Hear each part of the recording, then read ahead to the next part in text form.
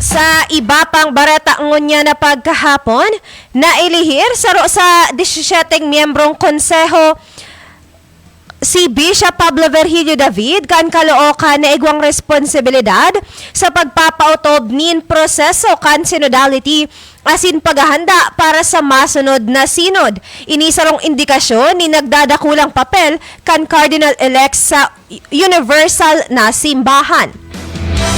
Si David, head kan delegasyon kan Pilipinas sa 16th Ordinary General Assembly kan Synod of Bishops na magtatapos sa ikadua asin huring sesyon ngunya na si Mana ipig-ilihir kan mga delegado sa ika-15 General Congregation kan Vatican meeting kan Miyerkules an hapon sigon sa Holy See Press Conference o Press Office. Ire-representar niya an Asia sa Ordinary Council kan Synod's General Secretariat kaiba ang top Indian prelate na si Cardinal Felipe Neri Ferrao an Arsobispo kan Goa asin Davao. Pinanginota ninda David asin Ferrao an sa indang komprehensyon nin mga obispo. Kan Pebrero, si Ferrao na ilihir na presidente kan Federation of Asian Bishops Conferences o FABC, kaiba si Cardinal Designate David bilang vice-presidente. Formal man sindang matukaw sa indang mga bagong responsibilidad sa Enero 2025. Kanakaaging taon sa enot na sesyon na ilihir si David sa Synod's Commission on Information. Nakapalaman man sa 2018 Apostolic Constitution Episcopales Communio na Ordinary Council of the General Secretariat is competent for the preparation and implementation of the Ordinary General Assembly na pigkukumpresto mostly nin mga diocesan bishops representing geographical areas.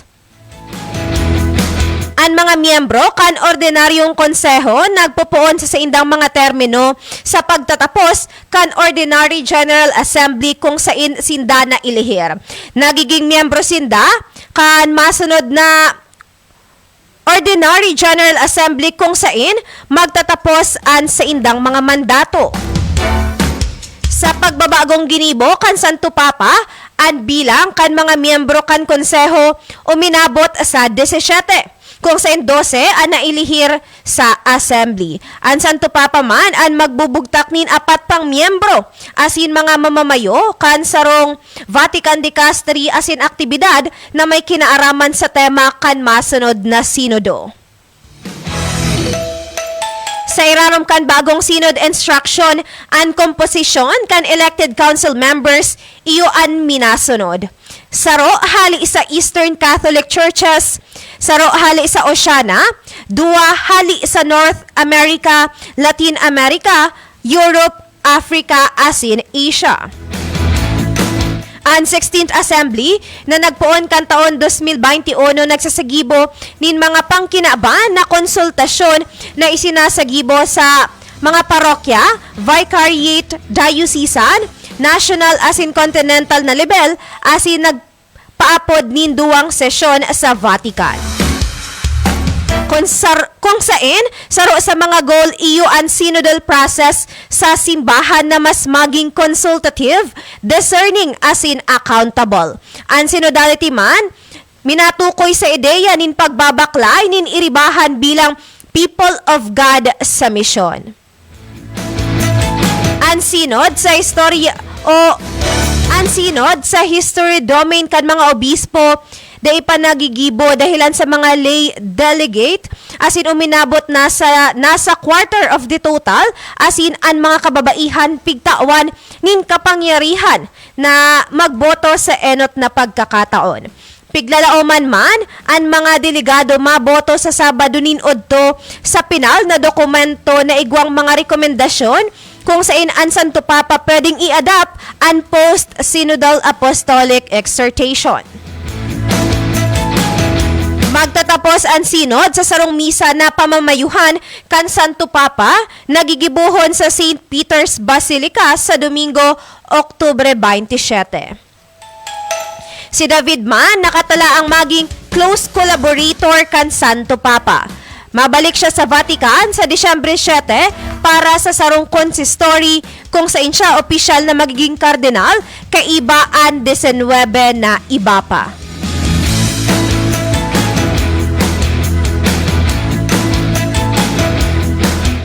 Sa iba pang bareta, nakatala ang ideklarar kan Dioceses kan Legazpi ang St. Jude Tadeos Filipino-Chinese Personal Parish sa Legazpi City bilang diocesan shrine.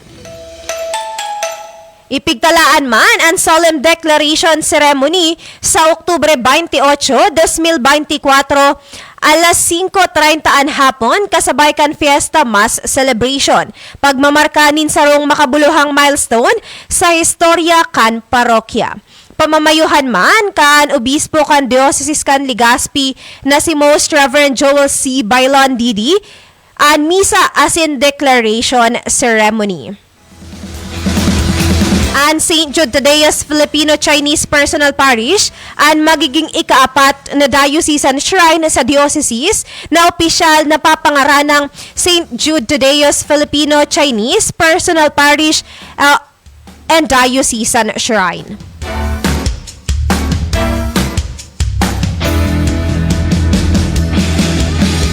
Sa iba pang baratang niya na pagkahapon, naglonsar man ang Redemptorist Legazpi Mission Community nin Anduyog Redemptorist Legazpi Typhoon Christine Response tanganing mga pudan manin donasyon para sa namamanwaan na apektado kan Bagyong Christine sa rehiyon Bicol. Sigon sa kongregasyon, kinakaipuhan kan mga apektadong namamanwaan ang pagkakan, bagas, malinig na tubig asin hygiene kits. Sigon man sa kongregasyon obheto kan ilinunsar na donation drive tanganing makakuamanin sapat na pondo tanganing makatabang bako sana sa mga pangangaipo kan mga komunidad kundi magin sa liwat makabangon ang mga residenteng apektado kan Bagyong Christine. Mientras tanto, sinigurado man kan Redemptorist Legazpi Mission Community ang kahandaan kainina magtugon sa anuman na anunsyo kan lokal na gobyerno katakod man sa padagos na epekto kan Bagyong Christine sa rehiyon Bicol kung saan kaiba ang Redemptorist Church sa mga nagbukas na simbahan tanganing magserbing evacuation centers kan mga pamilyang apektado kan bagyo. Para man sa mga maawot magpaabot nin in-kind donations, pwede kamong magduman sa Redemptorist Church Lacandula Drive, Barangay Gugon, Legazpi City.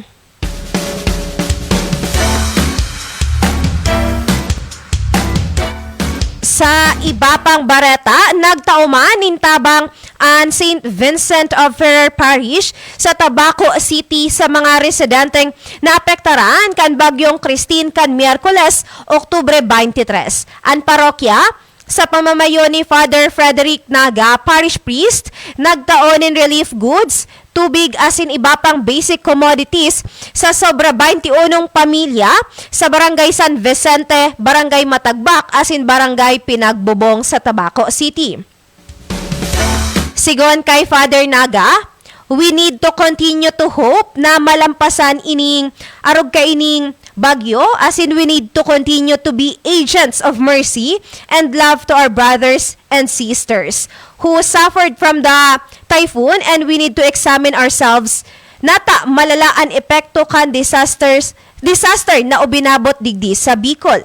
Sigon man kay Father Naga, sa mga panahong ini lugod magkaigwanin paglaom ang mga tawo.